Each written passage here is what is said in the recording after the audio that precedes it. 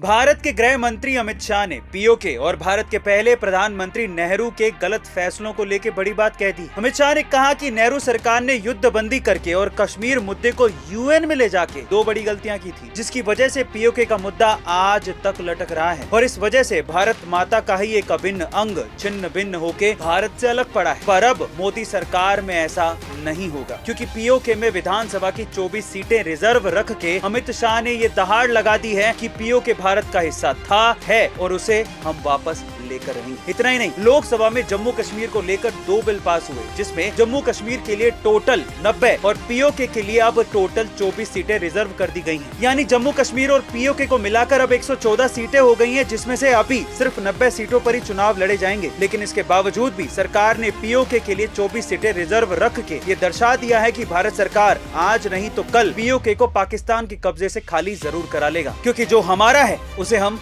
नहीं छोड़ेंगे। आपका इसके बारे में क्या ख्याल है, कमेंट सेक्शन में जरूर लिखिएगा। जब भारत और पाकिस्तान का बंटवारा हुआ था तब पाकिस्तान में कुल 428 मंदिर थे, लेकिन धीरे धीरे इन मंदिरों को ढहाया जाने लगा। पिछले साल ही पाकिस्तान के इस्लामाबाद में 3 से 4 मंदिर ढहा दिए गए। इस साल भी अब तक 2 मंदिरों को गिराया जा चुका है। इस तरह से पिछले 70 सालों में पाकिस्तान 409 प्राचीन मंदिरों का अस्तित्व पूरी तरीके से खत्म कर चुका है। कुछ मंदिरों को तोड़ दिया गया है, जबकि कुछ मंदिरों की जगह पर होटल, मदरसे, सरकारी स्कूल, मिठाई की दुकानें और रेस्टोरेंट खोल दिए गए हैं। अभी जुलाई 2023 में कराची में बने 150 साल पुराने हिंदुओं के मंदिर को तोड़ दिया गया। आधी रात में जब सब सो रहे थे तो पाकिस्तान की सरकार के इशारे पर प्रशासन ने हिंदुओं का 150 साल पुराना मंदिर ही ढहा दिया। यहाँ तक कि ये बात भी सामने आई है कि इसके फर्जी दस्तावेज बनाकर मंदिर की जमीन पहले ही बिल्डर को दे दी गई थी। पाकिस्तान में अब सिर्फ 19 मंदिर ही बचे हैं। जिस तेजी से वहाँ पर मंदिरों को गिराया जा रहा है, इससे ये साफ है कि जल्दी बाकी बचे मंदिरों का भी अस्तित्व नहीं बचेगा। ये एक सोची समझी साजिश के तहत हो रहा है, पर इसके बारे में सेक्युलरिज्म का राग अलापने वाले कुछ नहीं बोल रहे हैं। आपका इसके बारे में क्या कहना है, कमेंट सेक्शन में जरूर लिखिएगा।